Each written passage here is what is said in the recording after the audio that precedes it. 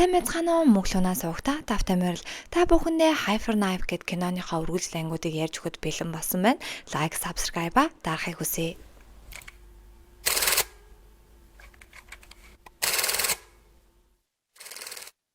Чо профессор найзыгаа хамгийн сүүлийн удаа хүүтэй нуцаар яриулна. Дуусныхан дараа нь хоолонд нь хурц үзүүртэй юмар хатгаад цус алдуулна. Найз нь энэ бүх явдал цочролд орон машинаас бууна. Харин одоо үед найзынхаа зүүж байсан бөгжийг гаргаж ирээд туслах эмэгтэйгээсээ энэний тухай юу мэдэх вэ гэж асуухад нь нөгөө эмэгтэй нь та надаас нохоо шувуу байдаг. Чон ихтэй уул хаана байдаг вэ гэж асуух үед надад их сэжигтэй санагдсан. Тэгээд би таныг дагаад явсан. Нөгөө найз чинь хаднаас унаад буугаад ирсэн. Харин би хүн алах алуурчин биш учраас тэр хүнийг өөрөө аварсан юм аа л гин. Гэхдээ танд мэддэхгүйгээр би тухайн үедээ зогцуулсан. Тэрийг шууд л эмнэлэгт хэвтүүлээд тэр ухаан орсон ч гэсэн таныг ч санахгүй өөрийгөө ч санахгүй байсан. Харин 3 сарын өмнө нас баржчихсан. Тэгээд чанарлуулсан л гин. Хайж байсан хүн нь алдаагүй. Тэр хүнийх нь хүүхэд нь одоогоор хэцүүхэн байдалд орчихсон. Ингээд Сэв маань сэтгэл санаагаар унаад хоолоож идэхгүй ан агнуурд л явна. Харин дүүн түүнийг ингэж болохгүй ихчээ гэхтэн Сэвг уурлаад дүүгээ явахыг хүснэ. Алга болсон ахын хүүгийн Гион гэдэг комонд орчихсон байгаа түүн дээр Чо профессор ирснээ эмчт нь түүнд анхаарал хандуулаарай гэж захиж явна. Сэвг цайдагийн газар мөрдөгч яг юу асан тухай асуухт нь Сэвг та нар яасан юм ойлгодоггүй юм бэ? Тэр хамгаалагч ах чинь шагналын мөнгө авах гэж худлаа аавынхын тухай ярьсан. Харин хүүн аавыгаа олохын тулд тэр хамгаалагч ахтай тэмцэлцснээс болоод тэр хоёр маргалдаад л тэндээс унчихсан. Энэ санамсаргүй явдал байсан гэд Гигионыг ирэх гээд эмнэлэгдээр ирсэн Чо профессортэй таарна. Чо профессор түүнд нэрэн совилогч эмэгтэй цогцсноос булдог нохооны үс олцсон гэсэн Сэвг үнэхээр гайхна. Тэгснээ өө нэр миний гар маань улам л хөдлөхгүй жоохон хэцүү болоод байгаа. Чи хизээ надаа мэс заслаа хийх вэ гэсэн Сэвг би танд мэс засал хийхгүй хоёулаа дахиж уулзахгүй бай гэд Чо профессорыг орхиод явна. Мөрдөгчийн туслах Вангил алга болоод 7 хоног цайдагийн газраар нэгэн болоод цайдагийн ажилтан алга болчихсон юу болоод байгааг бүгдээрээ ойлгохгүй энэ хэрэгтэй зайлшгүй холбоотой гэж бодож гин гэд түүний утасны хамгийн сүүлчийн дуудлагуудын шалгасан Чо профессортой ярьсан байна. Цайдагийн газар ажилдаг бууны нохоо мафийн туслахтай уулзаад энэ зууршлаг залууг хайж байгаа. Энийг хэрвээ олчих юм бол мафийн толгойлогчийг хаалгаа илгэсэн гэдгийг мэднэ. Мөн цайдагийн ажилтан алга болчихсон болохоор та нарыг ч сэжгэлж магадгүй гин. Мөрдөгч Чо профессортой уулзаад яагаад өөрийнх нь туслах Вангилтай уулзсныг асуухад Вангил над руу залгасан надад чиний тухай юм хэлье гэсэн. Гэхдээ миний бие тэр өдөр муу байсан болохоор түүнтэй уулзаагүй гэн. Мөрдөгчийн утсан дуурайд нэг цагдаа нь би гэрээс нь очиж асуула. Туслах нь Чо профессорыг оройжонгоо гэртээ байсан гэдгийг баталж ийна л гэн. Сэвгийн гэрт хан эмч ирээд би чинь гайгүй юу сав менежер үнэхээр их санаа зовж байлээ гэн. Сав менежер гэдэг нь Сэвгийн дүүн. Тэгснээ чамайг хаашаач явсан сав менежер угаасаа дааж явна. Чамд ямар их анхаарал тавьдгийг чи мэдгүй болохоор л ингээд багшиг байна гин. Хэдэн жилийн өмнө сав менежерийн биеийн муу тархиндаа маш хүнд хорт хавдартай байхад нь хан эмч болон Сэвг хоёр очин бидэнтэй хамтарч ажил. Тэгвэл бид хоёр чиний хагалгааг чинь үн төлбөргүй хийгээд өгөх болно. Чи битгий өгөх гэж яраа чамд нас байна штэ гэд хагалгааг нь хийснээр хагалгаа нь амжилттай болоод манай сав менежер аврагдсан байгаа юм. Үүнээс хойш манай 3 байнга хамт ажилладаг болсон. Сав менежер эмийн сан дээрээ цэвэрлэгээ хийгээ зогсож байсан. Мафийн туслах ирснээ чи ганцаараа байгаа мó? Чамтай уулзах хэрэг байна гэд сав менежерийг аваад явна. Маргааш өглөө нь Сэвг сав менежерт жуус авчраад оруулаад өгсөн өрөөндөө байхгүй. Тэгээд уцаар ирсэн ихчээ би хичээл дээрээ байна гин. Хичээлийнх нь өвдөнд очсон байхгүй. Дахиад уцаар ирсэн би завгүй байна найзуудтайгаа хамт кино үзлээ гэд уцаа таслана. Харин нөгөө менежер нь тэр хүнийг хэн алсан яг үннээ хэл та гурвуулхнаа байсан. Нэг нь манай ажилтан нэг нь танаа эгч, нэг нь чи байсан. Тэгэхээр тэр сувилагчийг хэн алсан гээд л байцааж ин. Харин Сэвг кино театр дээр очиод киног дуусгахыг хүлээд л гадаа нь зогссон боловч дүүн гарч ирсэнгүй. Ингээд залгасан мафийн Сэвг дуудана. Мөрдөгч өмнө нь хууль бус 8 хийж байсан нэг залуутай уулзах ба тэр залуугаас минь захирлын дугаарыг өгөөдгөө гэд авна. Харин тэр минь захирал гэдэг хүн нь хууль бус хаалгыг зохион байгуулдаг нөгөө зохион байгуулагч түүн рүү залгахт нь нөгөөдг нь шууд Чо профессор руу залгаснаа. Над руу сая мөрдөгч залглаа. Би түүнтэй удахгүй уулзах гэж байгаа. Намайг та нар юу ч мэдэхгүй гэж бодож байна уу? Хэрвээ намайг хамгаалвал би чиний шав эмэгтэйгийн тухай юу ч хэлэхгүй л гин. Харин Чо профессор чи мөрдөгчтэй уулзах хэрэггүй наадтай шууд уулз хоёулаа хамт уулзаад тухтайхан ярилцъя гэд манай хоёр уулзалтахаар болно. Чүү профессор минь захирлыг нууц гэртээ дуудуулаад чи энд одооноос байрлаж болно. Энэ байрыг надаас өөр хүн мэдгүй л гин. Нөгөө минь захирал чинь бөөн баяр. Та яагаад надад ийм сайхан аашлаад байгаа юм? Таны хөсөр хайсан тэр хэрэггүй шавийнхаа төлөө би ийм зүйл хийлээ гэж үү? Тэр яг ямар учиртай хүүхэн ингээл чүү профессороос нэлээд асууж эхэлнэ. Тэгснээ арай тэр совлогч эмэгтэйг тэр эмэгтэй алцсан биш үсттэй гэж хэлэхэд нь чүү профессор маш муухай харснаа босч ирээд нөгөө минь захирлын арт таалд нь гараад хоолойг нь хэрч чинь. Гэхдээ энэ нь азар чуу профессорын төсөөлөл байсан. Нөгөө минь захирал руу чинь мөрдөгч залгаснаа би уулзах газраа ирчихсэн байна. Чи хаана байна гэхт нь минь захирал уучлаарай мөрдөгчөө би завгүй байна. Дараа тантай уулзъя гэд уцаа салгана. Тэгээд чуу профессорын талд ажиллахаар болсон гэдгээ хэлнэ. Мафийнхны гэрд сэвг ирчихсэн дүүгийн нэг өрөөнд сөхрүүлээ суужсан хөөхий цус нүжтэй нь хольчихсан байна. Түүнийг харсан сэвг удахгүй их чинь чамайг аварнаа гэсэн харцаар хараад мафийнхны толгойлогчтой уулзна. Тэгсэн нөгөөх нь би ч үнэхээр хүн таних чадвартай юм а. Чамайг ширүүн хүүхэн гэж мэдсэн л дээ. Гэхдээ энэ хэрэг арай л хитэрж байна. Намайг хүмүүс хагалгаа хийлгсэн гэж мэдэж болохгүй гэд харин сэвг тийм ээ би тэр совлогч эмэгтэйг алцсан. Гэхдээ энэ бол миний хэрэг. Битгий та нар оролцоод бай. Би өөрийнхөө хэргийг өөрөө шийднэ гэхэд нөгөөтг нь энэ залууг чи танин үздэ. Энэ бидний тухай мэдээлэл хэлж маадгүй үүнийг зохицуулаа л гин. Дүүгээ аваад сэвг гэртээ ирсэн гэрт нь галт хөмөр болж ин нутгийнхаа хүмүүс хүүе эмийн санжаа та чин хайччдсан бэ танай гэр чин гайгүй гэхдээ амаар чин шатаад ахшиг байна гэд хэлсэн.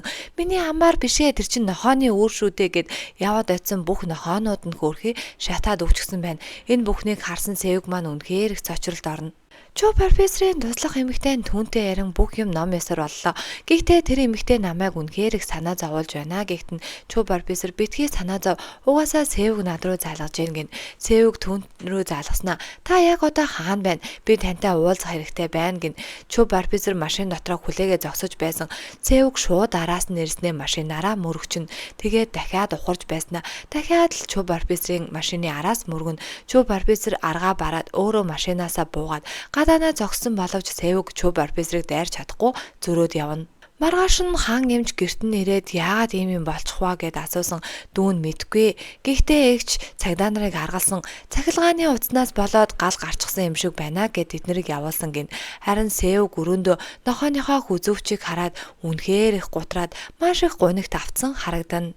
Минь захирал сэвгийн гэрт ирснээр та нартай уулзаагүй уудсан байна. Надаа нэг тусгай өөрсөлөгч гарч ирсэн. Та нар тэр мэс заслыг хийн үздэ гэхт нь хаан эмч бид нар дахин чамтай нийлж ажиллахгүй гин. Тэгсэн нөгөөтг нь юу яриад байгаа юм бэ? Бид нар чинь олон удаа хамтарч ажилласан мэзтэй гэд ярьж байхад нь сэв гэрснээ чам шиг амьтантай бид нар хамтарч ажиллахгүй. Тийм болохоор чи одоо яав гэд уурлана. Нөгөөх нь та нар надад өртөө биздэ гэд уурлахыг нь харсан сэв шууд босч ирээд хоолойг нь араас нь боон алах гэж оролдоно. Гэхдээ азар энэ нь зөвхөн сэвгийн төсөөлөл. Тэгснээ за тэр мэс заслыг хийгээд манай хэд тохиролцсон.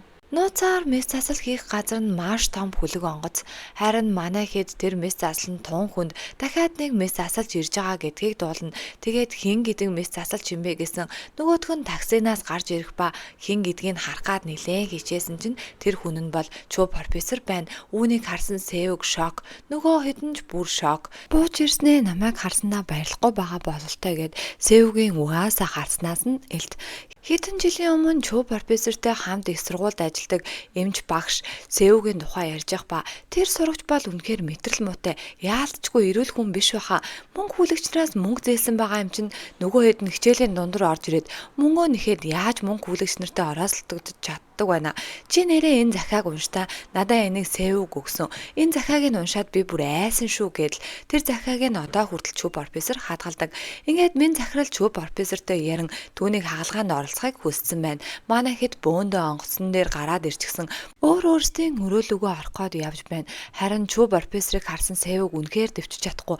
Яалаараа чүү профессорыг авчирдгийн гэсэн минь захирал битгий санаа зовоо энэ үнэхээр хүнд хагалгаа. Гэхдээ өнөөдрийн гол мэс асалж бол Чүү профессор чи биш гэдэл Сэвэгт анхааруулна. Хан эмч соо менежер хоёр хагалгаа хийх өрөөлөгөө орж ирээд тоног төхөөрөмжүүдийг харснаа вау ямар хүн хагалгаа хийх гэж байгаа юм болоо. Үнэхээр баян бололтой гэд хоорондоо ярилцгаана. Харин Сэвэг онгоцны эрэг дээр зогсчихсон нас барсан нохоонуудынхаа хойноос гашууд нь хажууд нь Чүү профессор ирснэ. Яагаад ингэтлээ баргаар царайлаад байгаа юм? Цагдаа нар чиний хойноос шинжлээд нохооны чинь үсийг олоод авчихсан байсан. Одоо тэгээд өөр юу хийх байсан? Харин ч надад баярлах хэрэгтэй эзтэй. Зүгээр нэг мөн нохоо төдий гэсэн түүний сонсон Сэвэг дэвчиж чадахгүй шууд л Чүү профессорыг зодно. Энэ үед нь дүүн ирээд хан эмч хоёр тэр хоёрыг салгана. Ингээд Сэвэг ууралсандаа хурдан яваад өгөх ба Чүү профессорын бие нилээ муухан үлдэнэ. Тэгээд дүүн ихчээ та хорт хавдартай хүнийг ингэж зодож болохгүй штэ гэсэн Сэвэг сонсогч өрөөлөгөө орлоо. Имлэгтэр Чүү профессорыг хайсан хүмүүс харин хаа юмж би Чүү профессортай холбогдож чадахгүй байгаа. Хувийн ажилтай гээд чөлөө авчихсан юм шиг байлээ. Би холбогдох гээд үзьгээд явна. Харин онгоцны буудал дээрээс Ким эмч бууж ирэх ба Ким эмч нь Чүү профессорын бас нэгэн шав. Харин Чүү профессорын туслах эмэгтэй түүнийг гэрт нь аваачаад та тав тухтай байгаарай Чүү профессор аялалд явчихсан гэд түүнийг орхино. Хагалгаа хийлгэх хүнтэй Чүү профессор уулзна. Нөгөө хүн нь өөрийн хүсэлтээр заавалжгүй өөрийн хагалгааг Чүү профессороор гардуулан хийлгэнэ гэд тэгээд хагалгаагаа орой хийлгэхээр болсон. Ингээд манай хоёр юм хунар ярьцгаана. Харин манай гурав өглөөнийхөө хоолыг идэж байхдаа энэ хагалгааг хийлгэх хүн хэн болоо гэд минь захирлаас асуусан. Минь захирал та нарт огт хамаагүй маш чухал бурхан шиг хүн байгаа. Тэгэхээр цайгаа сайн уугаад амарч байгаад орой хагалгаандаа ороорой гэхэд нь хан эмч Ким энтэй юм байна л та гин. Харин нөгөөдхийн сонссон манай хоёр юу шашны удирдагч Ким энтэй юу гээл бүгдээрээ гайхацгаана. Цагдаагийн газар цагдаагийн мөрдөгч туслах алга болчихсон. Алга болоод 2-7 хоног байхад ямар ч сураг ажиг алга энэ одоо юу болж байгаа юм гэд нилээн ахмад нь уурлана. Харин мөрдөгч маань надад 7 хоногийн хугацаа өгөө гэд 7 хоногийн хугацаа авсныхаа дараа нөгөө нэг хууль бус 8 хийдэг залуутай очиж уулзаад арай бидэндээ хамт яваад байцаалт өгөөдгөө гэд нөгөө залууч нь аваад явна. Оройж болж хагалгааны цаагч төхөн Чүү профессорын бие нэг л таагүй өөртөө нөгөө чухал тариагаа тариад сууж ийн. Харин хувц салах өрөөнд хувцаа солиод байж исэн. Сэвэг ирснэ таны бие чинь муу байгаа гар чинь салгалж байгаа бидтэй. Гэрвээ эвгүй болвол надтай байраа сольж болно шүү гэж хэлнэ. Харин Чүү профессор тийм шаардлага гарахгүй болохоор зүгээр өрөөнөөс гар гэд түүнийг гаргана. Хагалгаач эхэлж манай хитмэс асалдаа орцгоон хан эмч мэдээ алдуулагчаар Чүү профессор дурангаар харин Сэвэг хамар хэсгээр нь хорт хавдрыг авж байгаа бол сувилагчаар нь манай соо менежер ажиллаж байгаа. Соо менежер маань хичээлдээ явж байгаа ба энэ нь хамгийн анхны мэс асал. Мөрдөгч хууль бус 8-аачин аваад ирчихсэн. Чи нөгөө минь захирлын дугаарыг надад өгөөд түүнтэй би яаралтай уулзах хэрэгтэй байна. Өмнөх дугаар нь холбогдохгүй байгаа гэсэн. Нөгөөх нь би танд бүх дугаарыг өгсөн мэттээ гээд л уурлана. Харин минь захирал руу залгасан нөгөөх нь өө мөрдөгчөө би яг одоо ярих завгүй байна гэсэн. Нөгөөх нь надад олдоогүй хэрэгүүд зөндөө байгаа. Чамайг би шоронд хийж чадна шүү. Надтай хамтарч ажил гэсэн. Нөгөөх нь хэлэх үггүй. Ингээд хагалгааны дундуур Чүү профессор нилийн гарын салгана эвгүй болсон ч гэсэн өөрөө би үргэлжлүүлнэ гэд хийн. Харин хагалгааныхаа дундуур нөгөө хэдтэйгээ яриад Сэвэгийг үнэхээр их зантай өөртөө бартчихсан эмч гэхдээ мэс заслаа маш сайн хийдэг. Би түүнтэй хамт хагалгаа хийдэг байхдаа хамгийн их аз жаргалтай байсан тухайгаа ярихад Сэвэг түүнийг сонсоод үнэхээр их гайхна. Багшигаа өөрийнх нь тухай ингэж бодож явдаг байсныг огт мэдээгүй юм шиг байгаа юм. Манай хэд шүнжэнгөө хагалгаа хийсний эцэст хагалгаа нь амжилттай. Ингээд гараад ирсэн Чүү профессор тавцсан дээр зогсож ийн. Чүү профессортэй очиж Сэвэг уулзнаа. Би таныг тэгж боддог байсныг мэдээгүй. Намайг үзэн яддаг байхдаа л гэж боддог байсан гэсэн. Чүү профессор чи л намайг үзэн яддаг шүү дээ л гин. Харин Сэвэг би ч гэсэн тэр үед ажилдаг байхдаа үнэхээр их аз жаргалтай байсан. Танд маш их баярлаж явдаг шүү гэд Чүү профессорт яслан үүнийг харсан багш нь нүднээс нь баяртай байгаа нэлт. Чүү профессорыг би энэ яасан болоо гэд хаа эмч гайхаад гэрт нь ирнэ. Харин гэрийнх нь үйлчлэгч Чүү профессорыг аяллаар явсан тухай дуулгана. Нөгөөдөг чинь гэрт нь байж байхдаа Ким эмчийг хараад Ким эмчтэй уулзан таныг би мэдгийм байна. Таны тухай сонсож байсан юм байна гэсэн Ким эмч. Тийм ээ чи гэхдээ Сэвэг гэд эмчийг мэдгүй. Би түүнтэй хамт нэг зүйлийг хийх гэж байгаа. Чи энийг хардаа гэд Чүү профессорын зургийг харуулад энэ үнэхээр хүнд өвчтөн байгаамаа гэсэн нөгөөдгийг харсан хаа эмч нэг зүйлийг ойлгосон бололтой. Ингээд Чүү профессор маань хагалгаагаа амжилттай дуусгасан болохоор туслах эмэгтэй нэрээд түүнийг тосож авна. Манай хэд ч мөн хагалгаагаа амжилттай дуусгасан болохоор хөдөлцгөө нь Севг Чү профессорыг асуухад төрүүлээд явцсан штэ би та нарыг хоолнд дайлаа гэд минь захирал Севг болон соо менежер хоёрыг аваад явна. Энэ үед нь Чү профессор залхахтан соо менежер бид нар тэнд хоол идэж байгаа. Та биднэртэй хамт хоол идэхгүй мүү гэсэн минь захирал. За Чү профессороо дараа яриа та завгүй байгаа байх гэд уцаа дасалчна. Чү профессор нөгөө Севгийн өмнө нь хамт ажилладаг байсан эмчт нь өгсөн захиаг нь гаргаж ирж уншина. Үүнд нь Севг сайн байна уу хэмжээ таныг би надад дургу гэдэг чинь мэднэ. Гэхдээ би өөрийн мэрэгжил өөрийнхөө ажилд үнэхээр их дуртай. Миний тарих хүүхэд байгаа л маш их цагтандаг. Яг дотор нь торхоо орчихсон юм шиг үнэхээр сонин санагддаг байсан.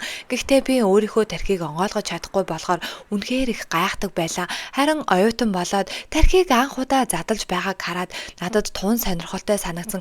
Би яг л мөрөөдлийнхөө ертөнцид дотор ороод ирчихсэн юм шиг байсан гэдэг тухай бичсэн байгааг хараад Чү профессор яг л өөрийг нь адилхан бичсэн юм шиг санагдана. Севг минь захирал соо менежер 3 хамт хоол идэхэд явж ийн тэгсэн Севгийн толгой нь өвдөд байна гэд соо менежерийг дүүгээ шууд эмийн сан яваад ир өвчин намнаагч аваад ир гэд яваална.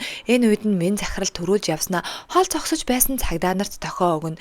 Эргээд харсан нөгөө хоёр нь байхгүй. Тэгээд хайж байгаад Севгтэй таарсан Севг хоёлаа нэг тишээ яваад хоёулахнаа хөнгүү газар чухал юм яриадахыг гэд нөгөөдгөө чинь аваад явна. Харин энэ үед утсан дураад хаан амж залгаснаа. Чү профессор байна уу? Чамтай хамт байгаа бол би ярих хэрэгтэй байна гэсэн байхгүй л гин. Тэгээд багшийн тухай чи мэдэж байгаа юу? Өвчнийхэн тухай юу мэдэх вэ гэсэн би мэднэ л гин. Тэгснээ багш удаа амьдрахгүй юм шиг байна. Үнэхээр богино настай байгаа бололтой гэсэн. Түүний сонсон Севг шууд л шок. Зүгээр л явж байсан газраа зогсчихно. Энэ үед нь хин нэгэн минь захирлыг хүзүүдэж аваад нэг харанхуй гудамж руу орчин. Харин тэр хоёрын алгасан мөрөөр нь ганц хоёр цус тусалж гсэн. Харин энэ хүн нь хинбэ гэдгийг Севг хамгийн сайн мэдэж байгаа. Багшийнхаа тухай сонсоод тун их гайхаж үлдэж байгаагаар манай киноны ангиуд маань дуусаж байгаа юм. Та бүхэнд маань кино маань таалагдж байгаа бол лайк, subscribe дараад мөнгө лунаа суугатаа нэгдээрээ. Маш их баярлалаа. Дараагийн анги маань орох юм бол маш хурдан хийнэ. Баяртай. Түгэж чадах хараа түгээцгээе.